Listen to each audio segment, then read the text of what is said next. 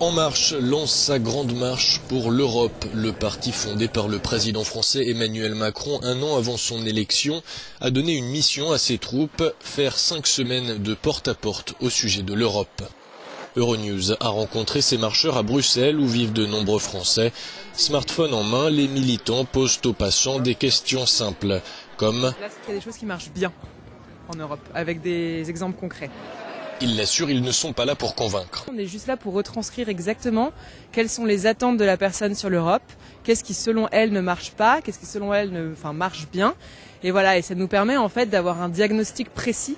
Près de 200 parlementaires étaient aussi mobilisés ce week-end, comme le député des Français de l'étranger pour le Benelux et Monsieur Europe de la Macronie, Pierre-Alexandre Anglade. Que ce soit le secteur économique, la lutte contre le changement climatique, la défense de l'environnement, la lutte contre le terrorisme, l'accueil des réfugiés, sur tous ces sujets-là, tout cela se règle au niveau européen. Et aujourd'hui, les instruments européens ne sont pas suffisamment robustes pour apporter une réponse européenne à tous ces sujets-là.